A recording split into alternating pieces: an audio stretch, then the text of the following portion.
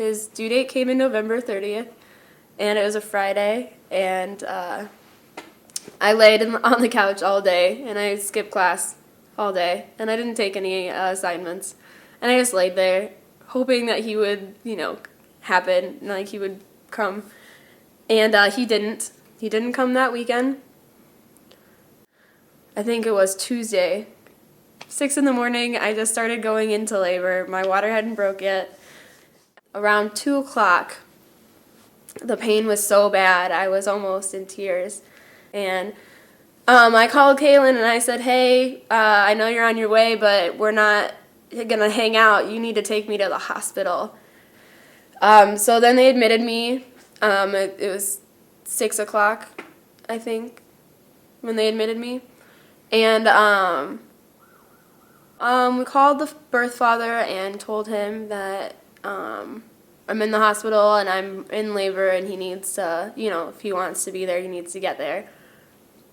So yeah, then we just waited. I had the epidural, so I wasn't feeling my contractions anymore. I wasn't feeling much of anything anymore. And then it was just, me and the birth father the rest of the night. And Kristen and Brian got there at about 2 in the morning.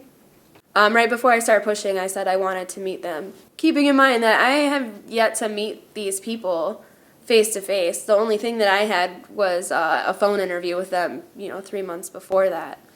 So right before that, 10 minutes before I started pushing, Kristen and Brian came in. I woke up the birth father. Kristen and Brian came in, and, they gave me a hug. They both gave me hugs and, said hi to him. And so yeah, they broke my water for me at about 4:30 in the morning. I started pushing at 6 in the morning. I started pushing as hard as possible, and in 36 minutes, I got that baby out of my belly. I remember when he came out, we could hear him immediately, like, screaming down the hall, and we both just started crying because we were like, that's our baby, that's Leo crying, that's him. First, he was taken away, and they made sure he was fine, and then they took him up to their room, and they got to hold him. Yeah. Later that day, I got to see Leo. I held him, which I didn't think I was going to do, but it was weird holding him and knowing that this being just came out of you. It's kind of a weird experience. You live through it, and you're there conscious as everything's happening, but then you hold him, and it's quite a miracle, really, It's not the pregnancy that's a miracle, but it's having a baby that's quite amazing. And even still, I don't know how I did it. And it's weird thinking that that's my son that they're taking care of. I think of it more like it's their son. And I'm just like a person that gets to be involved, Like, I don't know. My son's an amazing person, and just being a part of his life is amazing, so...